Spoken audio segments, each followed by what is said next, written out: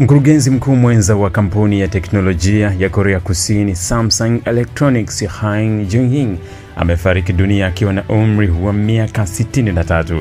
Kulingana na msemaji wa kampuni hiyo alizungumza na kituo cha habari cha CNN, Han amefariki dunia baada ya kukumbwa na mshtuko wa moyo uliomsababishia umauti leo Jumanne ya Machi 25 mwaka 2025.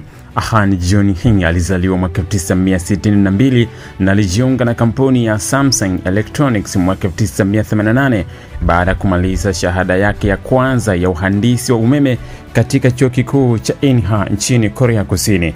Tangu mwaka 2022 aliteuliwa kwa makamu mwenyekiti na mkurugenzi mkuu wa kampuni hiyo, akisimamia maeneo ya vifaa vya kielektronics vya nyumbani na simu za mkononi.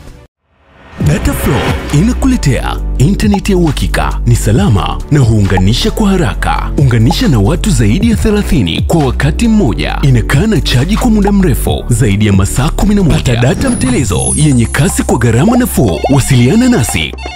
Tembelea tovuti yetu www.dataflow.co.tz.